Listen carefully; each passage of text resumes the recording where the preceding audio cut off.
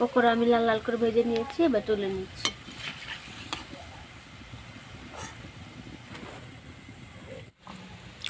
বাঁধাকপিটা ভালো করে ধুয়ে নিলাম।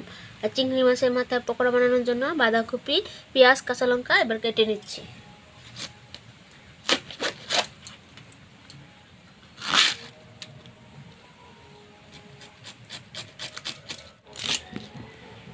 এভাবে করে আমি কেটে নিচ্ছি, একদম ঝুড়ি ঝুড়ি করে।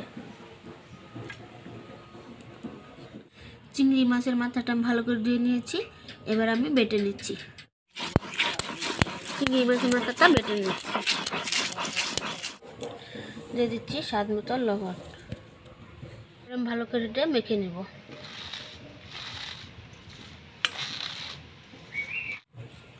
আমি মেখে রেখেছি, এবার দিয়ে দিচ্ছি বাকি মশলা। হলুদ, লঙ্কার গুঁড়ো, কালো জিরে আর জিরে, ময়দা, চালের গুঁড়া, বেসন এবার দিয়ে দিচ্ছি।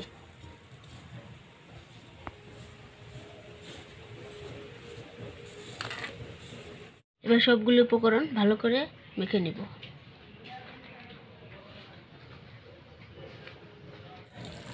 সব উপকরণ আমি ভালো করে মেখে নিয়েছি, এবার দিয়ে দিব চিংড়ি মাছের মাথা বাটা।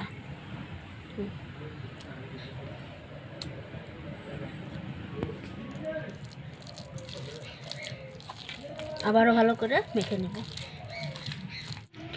মেখে নিয়েছি, দেখতেই পাচ্ছেন কত সুন্দর করে মেখেছি, ঢিলাও না টাইটও না। এভাবেই মাখবেন, পকোড়াটা খেতে ভালো লাগবে আর মচমচে হবে। এবার আমি আধা ঘন্টার জন্য ঢেকে রেখে দেব। আধা ঘন্টা হয়ে গেছে, এবার আমি তেলে ভেজে নেব। গরম হয়ে গেছে, এবার আমি পকোড়া দিয়ে দিচ্ছি।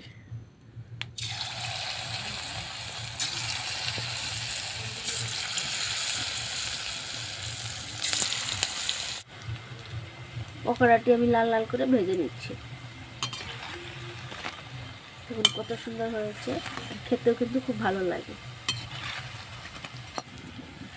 পকোড়া আমি লাল লাল করে ভেজে নিয়েছি, এবার তুলে নিচ্ছি।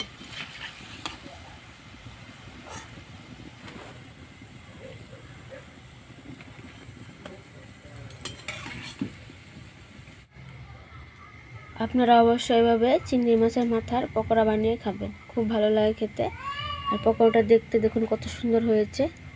প্লিজ একবার হলো বাড়িতে খাবেন।